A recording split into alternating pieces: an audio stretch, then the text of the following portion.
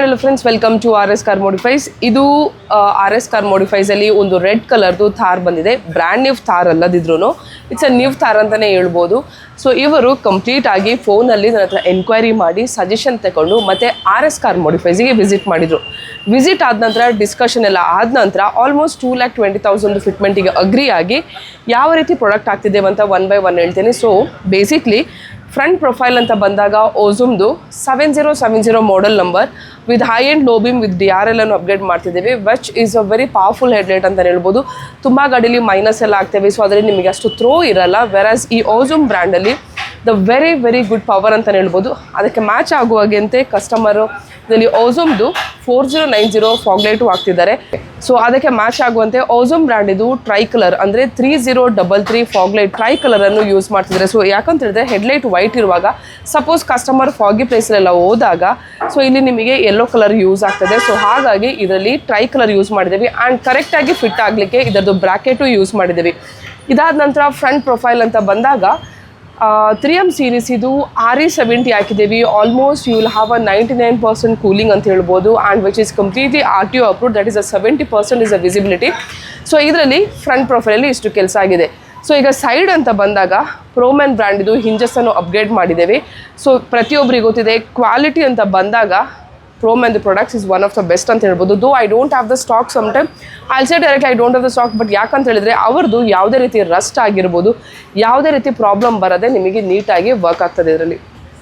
ಇದಾದ ನಂತರ ಇಂಟೀರಿಯರ್ ಅಂತ ಬಂದಾಗ ಫಸ್ಟ್ ಇದರಲ್ಲಿ ಗ್ರ್ಯಾಬ್ ಹ್ಯಾಂಡಲನ್ನು ಹಾಕಿದ್ದೀವಿ. ಸೊ ಅದಾದ ನಂತರ ಕಂಪ್ಲೀಟ್ ಕಾರ್ ಡ್ಯಾಂಪಿಂಗ್ ಮಾಡಿ ಮೋಕೋ ಬ್ರ್ಯಾಂಡಿದು ಮತ್ತು ಮೋರಲ್ ಬ್ರ್ಯಾಂಡಿದು ಡ್ಯಾಂಪಿಂಗನ್ನು ಯೂಸ್ ಮಾಡಿ ಆಡಿಸನ್ ಬ್ರ್ಯಾಂಡ್ ಇದು ಸ್ಪೀಕರನ್ನು ಹಾಕಿದ್ದೀವಿ. ಸೊ ಸ್ಪೀಕರ್ ಅಂತ ಬಂದಾಗ most of the vehicles I'm using it R S car modifies is Audison brand ಅಂತಲೇ ಹೇಳ್ಬೋದು. ಸೊ ಇದರಲ್ಲಿ 165P Pro ಹಾಕಿದ್ದೀವಿ ವಿಚ್ ಈಸ್ ಆಲ್ಮೋಸ್ಟ್ 110 RMS.